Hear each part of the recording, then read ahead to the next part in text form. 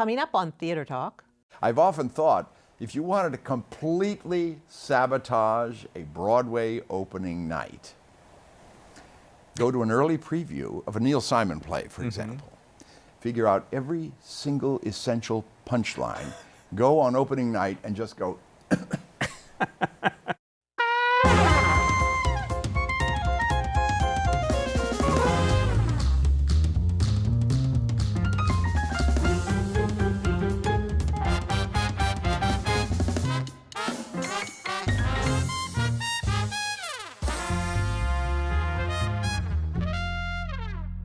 From New York City, this is Theater Talk. I'm Susan Haskins. Here with me is my co-host, Donna Hanover from Arts in the City. And it is such a special day that I have a second guest co-host, Jesse Green, co-chief drama critic of the New York Times, because we are joined by the splendid master actor, John Lithgow, recent Emmy winner, I will add, but who is appearing now at the American Airlines Theater in Stories by Heart, his wonderful one-man show. And here he is at Theater Talk. Welcome, John Lithgow. Wonderful Thank to you so be much here, for being especially here. if you're going to say such nice things about me. Well, speaking of saying nice things about you, Jesse Green wrote the review of your play. I withdraw it. No. Whatever I said. I've often wanted to ask someone I've reviewed this kind of a question. The way I went about writing that review in part was to tell readers, you might think it's going to be this, but it turns out to be that. And assuming you even read that, do you get insulted by things like that? Not at all. I think one of the challenges about this show from the very time, its very inception 10 years ago, was explaining to people what it is, because it's anomalous. I would take it to one-night stands around the country, and people would come to see it. I would fill up houses, but it was mainly to see the guy from Third Rock from the Sun. They didn't know what it was. Even in the course of the evening, I'm explaining what it is.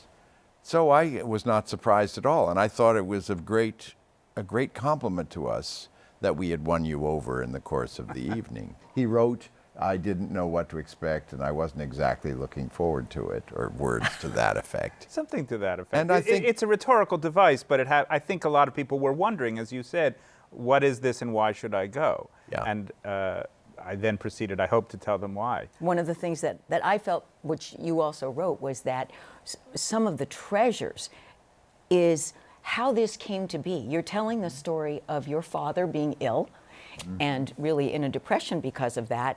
And amazing, the actor in the family is the one who's free to go take care of him. And then you talk about trying to tell him stories as he told you when you were growing up. You know, it's been interesting developing it over the years, because I've learned, almost because of what we're talking about right now, that I absolutely had to tell people immediately what this is.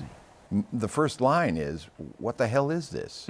I'm like speaking the audience's thought. They don't know what they've come to see.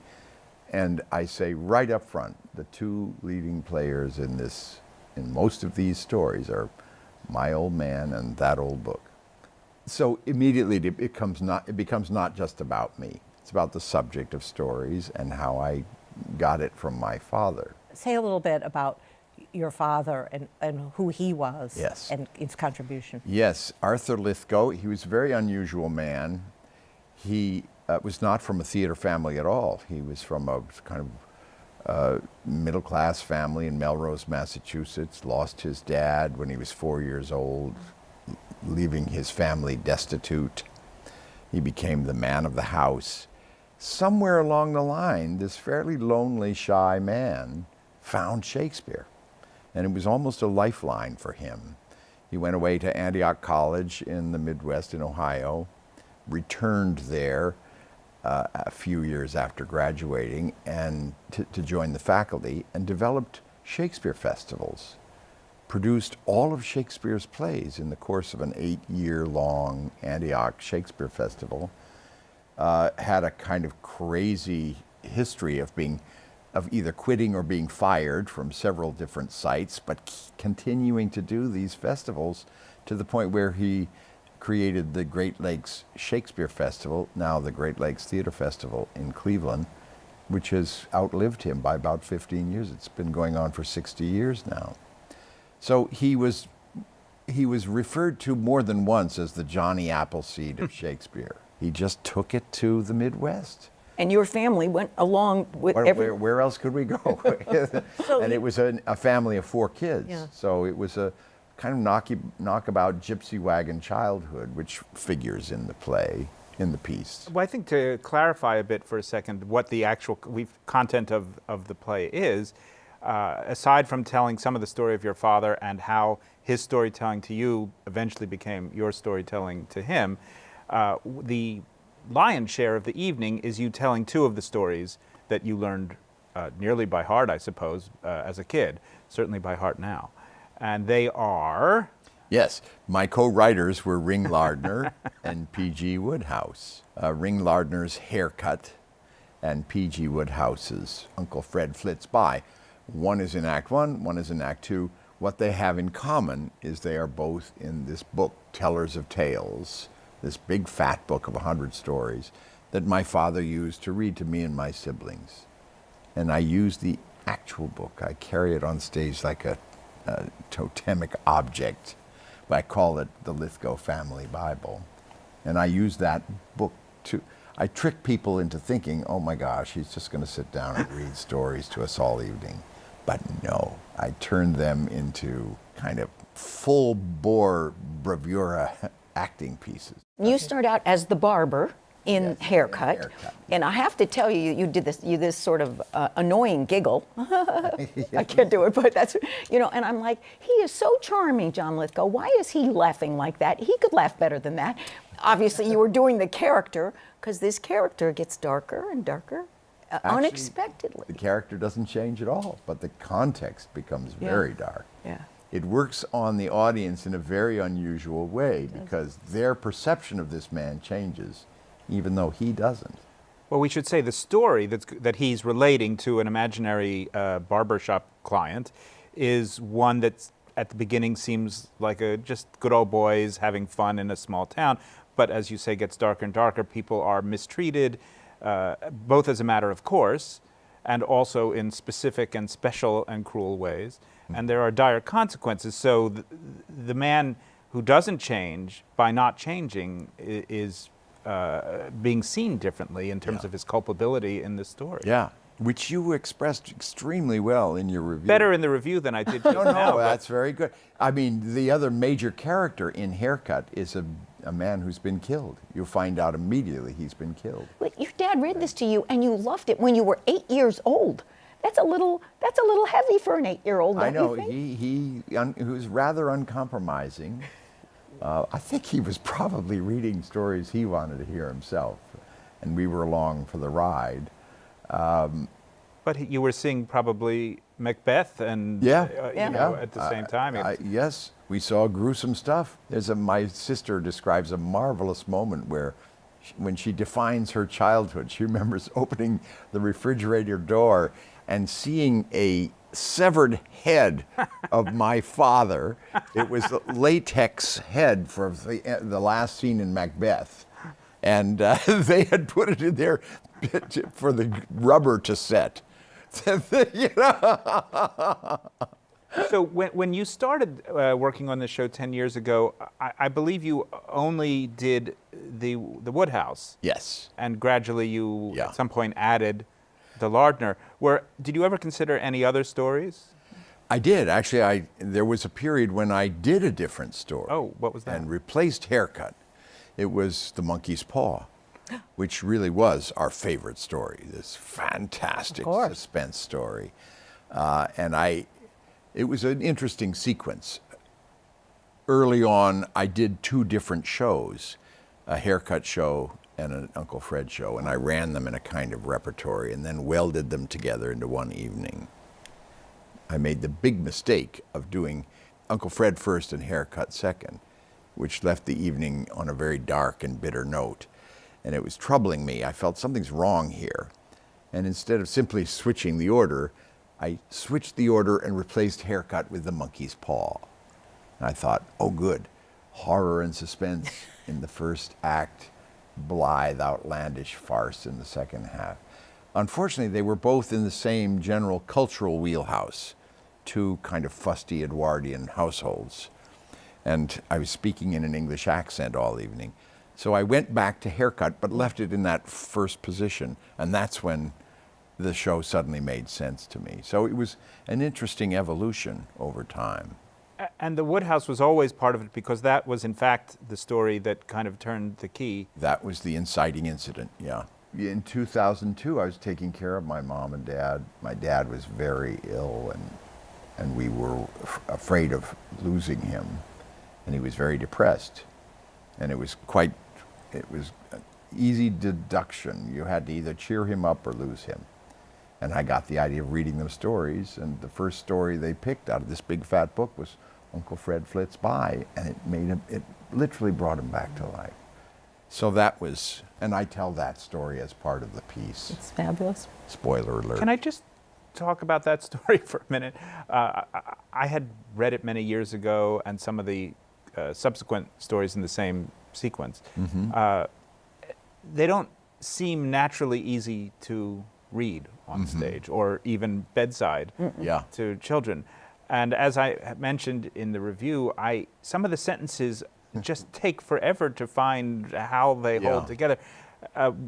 Does it feel that way when you're performing it, or that these are very difficult patterns of English to get out of your mouth?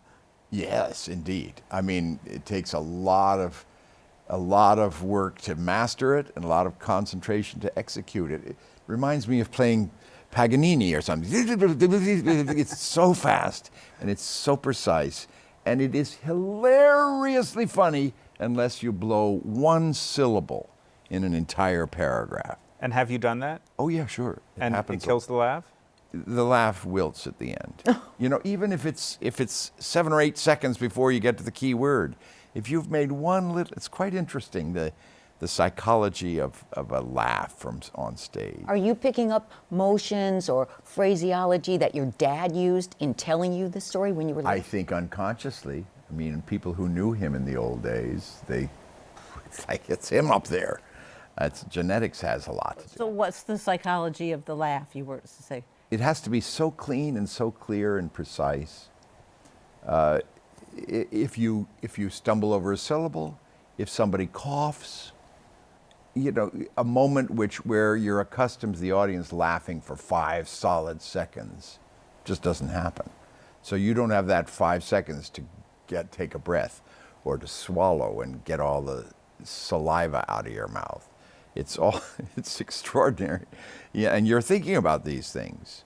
You hear a little laugh, you hear a little cough early on what's one of the rip-roaring Woodhouseian lines? Well, there's that whole eel jellying business. Right. I picked one sentence that I could get quickly, but there's a much better one, a much longer involved one. I don't know if you could. Oh, yes, pull it out of your I head. think I can. How does it begin? Yes, he's been talking about. Yeah, I was only going to say that, have it your own way, Connie. I was only going to say that while the jury were probably compelled by the evidence submitted to them to give Cousin Alf Robbins the benefit of the doubt when charged with smuggling dope, everybody knew he'd been doing it for years. Not that I'm blaming him, mind you. If a man can smuggle cocaine and get away with it, good luck to him, say I. The only point I'm trying to make is that we are hardly a family that can afford to put on dog and sneer at honest suitors to our daughter's hands. Speaking for myself, I consider that we are very lucky to have the chance of marrying even into eel jelly egg circles. Now, if you miss one sentence in all of that, you don't get the eel jellying circles laugh. One syllable. I swear to God, it's true. It really is. Because they lose music. faith. They lose faith in your self-confidence up there on stage. And but you have it. You're up there all by yourself, and you just go. You just move on. You just move say, on, yeah. okay, we haven't got that. Let's move on to the next. And you hope they don't accumulate. I've often thought, if you wanted to completely sabotage a Broadway opening night, go to an early preview of a Neil Simon play, for example. Figure out every single essential punchline. Go on opening night and just go Every time there's a punchline, that little line, that little sound could completely destroy the evening. There That's a would be pretty no laughter. wicked idea that you just gave somebody. I know. Well, if it happens, they can blame me. All right. So I'm interested in the way you have been taking this around the country, 30-some cities. Yeah. What kinds of venues are you playing in? Are they large theaters? Are they community auditoriums? What are they? They have been anywhere from about 300 seats to 2,000 seats. Does it play totally differently depending on the size? More similar than different. You'd be amazed. What's the most key thing is terrific sound. They have to get it. They have to get everything. They're both extremely literary pieces, and brilliant literary pieces. One in an American vernacular, and one in several different English accents. And then there's me just chatting, conversationally. Doing amazing sound effects. Well, yeah, that's right, and haircut. The haircut, you noted it. That was my lead. I mean, Yeah, the I was Foley. trying to figure out how to spell the sounds you were making, and I really couldn't. I tried like 10 different spellings Yeah. of. How do you spell it? What is that in the script? Every cut of the hair of the It's scissors. not in the Yes. script. not in the I script. do all of it. Oh, I mean, fabulous. haircut is such a masterpiece. There's no stage directions at all. It's nothing but the words, but it could have been written to perform with stage directions, with sound effects, everything. That has been my own bright idea, turning it into. So your father didn't read it with sound No, effects? not at all. But had you done it without the sound effects? Yeah, the sound Yes. effects have crept in Yes, over the yes. last several performances. People have gradually said, "Oh, that was so cool when you made that little sound." Well, give me an inch and I'll take a mile. Now, I want to bring up here your book, Drama. Yes. Your autobiography, and you talk at more length about your father and his sort of hard scrabble theater life Yeah. that led to your being in the theater all your life, and then it climaxes with him sort of telling you, I want you to tell this story, that he kind of expresses to you that he's been nothing, that you're the success, Yeah. and you come back to him in a, Yeah, it was very near the end of the book. It was during that month when I was helping them out, taking care of them, and he was quite infirm. He was 86 years old. And he was depressed the way I think a lot of people who act for a living get depressed. You end up at that age and you assume that everybody's forgotten everything you do, because in fact, they have. What we do is very exciting. It's a big deal right now. And bit by bit, it's gone forever. And there's nothing wrong with that as long as you accept it. Don't kid yourself. They even forget the movie roles you've done. Well, he reached the end of his life. We were talking conversationally about what I'd done, and he said, you've had a career of great achievement. I myself did not.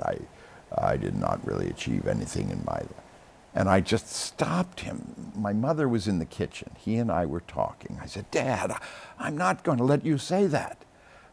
You had an amazing life, an amazing career. You gave about 1,000 actors their first job. You made hundreds of thousands of people experience Shakespeare for the first time. Everything I am and everything I've done is you. You're my hero. I'm not going to let you say that." It was very emotional. And he just listened and listened. And he finally turned and said, "Did you hear that, Sarah?" It was like, it's so touching. It's interesting, though, with this show, which is, whether literally or not, dedicated to him. I mean, it's sort of instigated by him and is a tribute to what he gave you. But now, taking it as you have on the road, you're sort of recreating his own peripatetic life in the theater, and restoring a part of American theater that's mostly gone. This sort of barnstorming, one-man show sort of thing. Well, it was quite unwitting. I was kind of following the template of my friend Mandy Patinkin, who's been doing music that way. I even work with his same tour booking operation. It sort of dawned on me as I was doing it, yeah, this is what people used to do. Mainly because I was in many of the venues where people used to play. old opera houses in Lexington, Kentucky, Pittsfield, Galveston, where the stagehands would brag about Harry Houdini performing there. Or I'm sorry, were you in a time warp? that's how I felt, and because these were How old were these These stagehands? were old. Well, they were several generations past, but they were still bragging about Has it he been there? because that time has passed. Houdini was good. They're still talking about him in Lexington. But you're giving people that opportunity to see an actor of your caliber Well, live. a lot of these playhouses, they're hard up for material because nobody does this Yeah. anymore. Yeah. Al Holbrook, for many, many years, did his Mark Twain, and his poster would be up absolutely everywhere. So it was an unusual thing, and I don't know how much more of it I've got in me. It's not. Is it particularly taxing? It's just, it interrupts your life. I mean, it was definitely a sideline. In a given year, I would only do it 5 or 6 times. It wasn't like I was spending a year on the road the way they used to do. Yeah. That's how they used to perform. Not to mention vaudeville, where they would perform 5 times a day Oh my goodness. in some of these same houses. And now here you are on Broadway. We're almost out of time, but I do want to bring up one of your roles that is not going to be quickly forgotten at all. You played Winston Churchill in The Crown. You won the Emmy Award. And of course, we have Gary Oldman's Yes. Churchill. And Very even quickly we eclipsing have me, the I might. awful movie that Brian Cox made about Churchill. But why do you think that Churchill's back with us now so powerfully? Do you think that there's a reason why he's so much in the zeitgeist now? I'm not sure there is a specific reason. Oh, I mean, yes, there is. Well, certainly leadership is a gigantic issue right now. But a lot of these things were well underway before we had a leadership crisis, which indeed we're having right now. I do think that's one reason why these things are so stunning. You see courage and clarity and intelligence and intent. They are in short supply right now, and Churchill and FDR, I think they embody that. Probably next year it'll be all FDR. What do you think, Jesse? John said it. It's leadership, and it has 5 letters and ends in rump. I find myself consoled in times of upheaval by his focus and beating off the bad guy, saying, that's the bad guy, and we have to stand up to him. Well, the other thing is, he was such an astounding character, and in his way, he was. I remember making this comparison in London, and everybody blanched. But there was something very impulsive and bold and almost crazy about Churchill, which, in a nutty sense, reminds you of Trump. It went. One of them. England needed it so badly, and it was so clear, and there was such intention there. Well, the flip side of sensibilities, of Yeah, course. it was of just course. sort of the The dark. opposite. Although I love the fact that Winston Churchill never drew his own bath, ever. Yeah. I mean, there are little things like that. Yeah. So, Jesse, we have 1 minute left, Jesse and Donna. Third Rock from the Sun. Well, I guess I just- best episode of Third Rock from the Sun. My favorite? Yes. I loved it when he wanted to know what they were talking about in a women's consciousness group. So he dressed up in drag and embedded himself. That was my favorite. Then that makes me think about The World According to Gar, Yeah. the drag. Actually, I've performed in drag 5 or 6 times now. Played Margaret Thatcher on Saturday Night Live, Roberta Muldoon, M. Butterfly. I Yeah, ended up in drag. I have this curious trifecta. I have played in drag 5 or 6 times, performed nude about 5 times, and I have played my own identical twin 5 times now. Now, how many actors can make that claim? Damn few, damn few. You know, when I first became aware of you, you were on staff at WBAI. That's right. Doing radio Were plays. you there? I was at the other end of the radio You were listening to you. To cold reading? Yes, Yeah. yes. What was yes. that? It was a sort of part-time job when I couldn't get any acting work, doing drama and satire programming for WBAI. We did political satire and sort of goon show, Monty Python kind of stuff. But we also read entire plays completely cold. I would just assemble all these actors, and we would do As You Like It, or Lady Windermere's Fan, or Man and Superman. Cold. We God. would do anything. And we just sort of assumed, well, nobody's listening to this. Who cares? We were there, and your love of the film. It was really fun, but Yeah. it was a mess. I mean, we did Women Beware Women, a Jacobean God, yes. tragedy, and it was a mess. And when we did Lady Windermere's Fan, we ran out of time. They had to put the news on, so we didn't do the last act, and we thought, well, what the heck, nobody's noticing. People went crazy. They had been listening to us stumble our way through Oscar Wilde. And they had no idea that the end had been written. They went, when will the next part of this serial come out?